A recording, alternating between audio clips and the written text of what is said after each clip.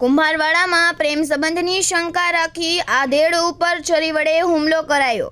ભાવનગર શહેરના વડવા વિસ્તારમાં રહેતા ગફારભાઈ ઉસ્માનભાઈ કાલિયા નામના ઈસમ ઉપર મહિલા સાથે પ્રેમ સંબંધ હોવાની શંકા રાખી 4 આરોપીઓએ ફરિયાદીને પ્રથમ કુંભારવાડા તેમના ઘરે બોલાવી અને ત્યારબાદ લિયાકત બાપુની વાડી પાસે અવાવરૂ જગ્યાએ લઈ જઈને ગળા ઉપર છરી મારી દેતા ગંભીર ઈજાઓ પહોંચી હતી।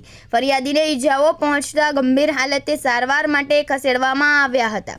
આરોપી ઈજાગ્રસ્તને ત્યાં કામ કરતો હોય તેમજ ફરિયાદી તેમના ઘરના મહિલા સાથે સંબંધ ધરાવતા હોવાની શંકા રાખી અશરફ ધોળિયા તેમજ તેના 3 ભાઈઓએ પીડિત પાસે 2 લાખ રૂપિયાની માંગ કરી હતી, જે ન આપતા ગળા ઉપર છરી હુલ્લાવી દીધી હતી। ઈજાગ્રસ્ત ગફારભાઈને સારવાર અર્થે ખસેડવામાં આવતા પોલીસે જરૂરી કાર્યવાહી હાથ ધરી હતી।